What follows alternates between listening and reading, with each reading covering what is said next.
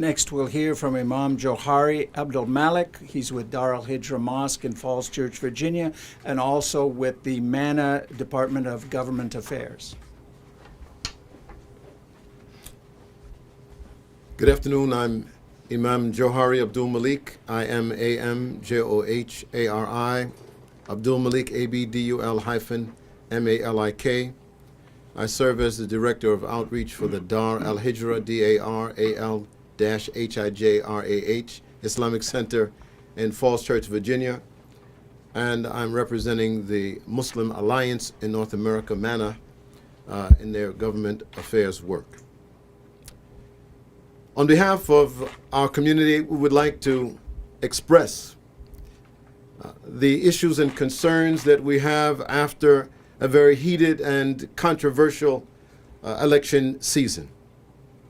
Yet we stand fully in support of the democratic process, recognizing the work that was done by each individual community in upholding the values and the principles of our democratic process. Last night, Donald Trump delivered his acceptance speech, and in that speech he held up the values that I hope will become consistent in his presidency.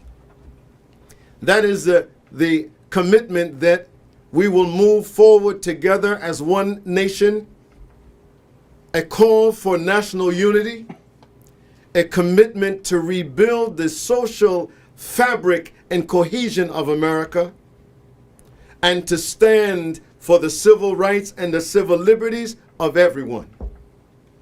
As an American, as an African American, as a Muslim, we believe in these values and principles and intend to hold every elected official to the standard of democracy.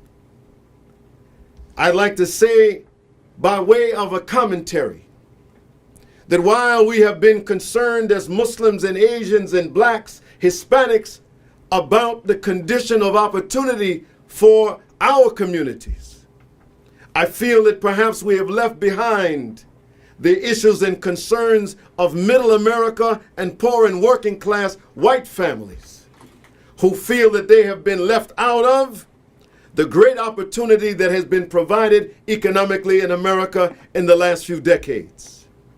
And so it is our commitment to reach out in our outreach work, to engage a social change that will improve the quality of life in America, not just for historical minorities, but also for the white working and middle class Americans who have gotten behind a campaign to change the tenor of the American political process. In closing, we want to say that Dr. Martin Luther King reminds us that it is not enough for us to be concerned about, as the Good Samaritan was concerned about the person who was robbed on the highway, but we must work together to repair the road to Jericho such that it will be an opportunity for all Americans. Thank you.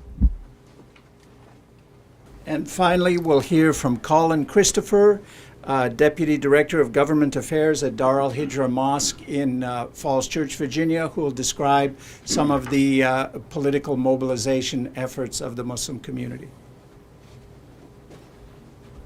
Hi everyone, my name is Colin Christopher, C-O-L-I-N, Christopher, C-H-R-I-S-T-O-P-H-E-R, Deputy Director of Government Affairs at Dar Al-Hijrah Islamic Center in Falls Church, Virginia. This is a historic campaign for a number of reasons. In Virginia, our mosque had a record turnout as well as mobilization process. We started months ago. We had over 50 volunteers. We registered over 400 voters. We had over 9,000 robocalls go out the night before the election. In Fairfax County, where we are, there was an 80% turnout, and we believe that our mosque was a significant portion of that high turnout in our area. But it wasn't just having the early voter vans or driving people to the polls in our program called Souls to the Polls, providing free rides to anyone in our community who called us on election day.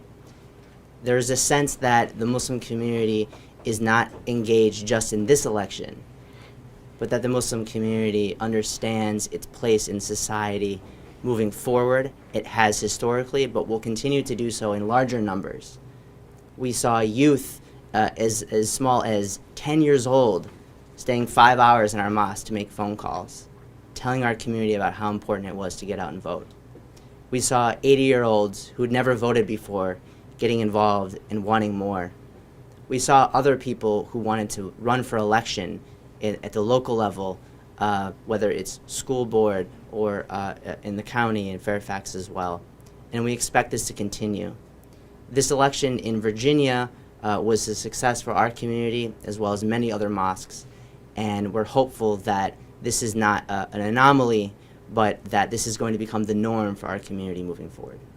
Thank you. To answer your question directly, we work with a number of youth at our mosque.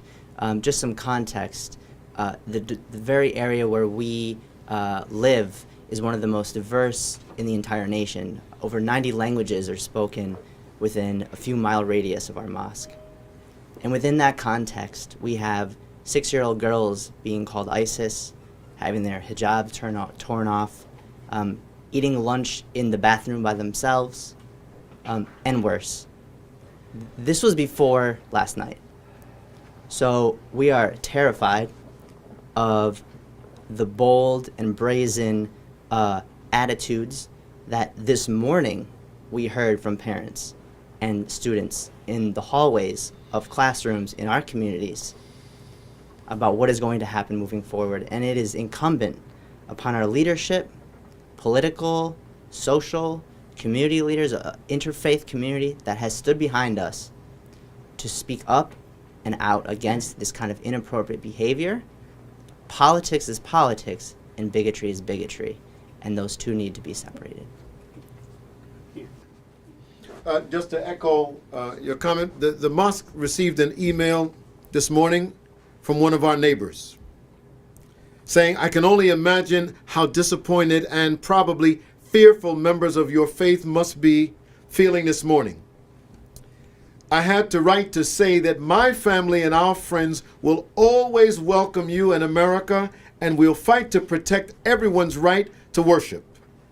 Don't lose hope and don't withdraw from political life. As Jews, we know what it is like to be treated as second-class citizens in our own country. And we also know how critical it is to be politically organized and involved." So you're right. It is not this sense of anxiety about what it means to be American is of concern not only to people who are Muslim or Hispanic or black or other abled or gay, straight, lesbian. There is something happening that is affecting all of us, and our neighbor wrote us to say, but we're going to stand together in this. And I'm telling you, there are probably some people who we forgot about in our advocacy, who their job is going to China or Mexico, and they feel discriminated against. Maybe some of them might be calling CAIR to say, can you help us? Because after this election, it's going to become apparent the suffering that not only minorities are experiencing, but the forgotten in this country who have missed out on the economic promise of our nation.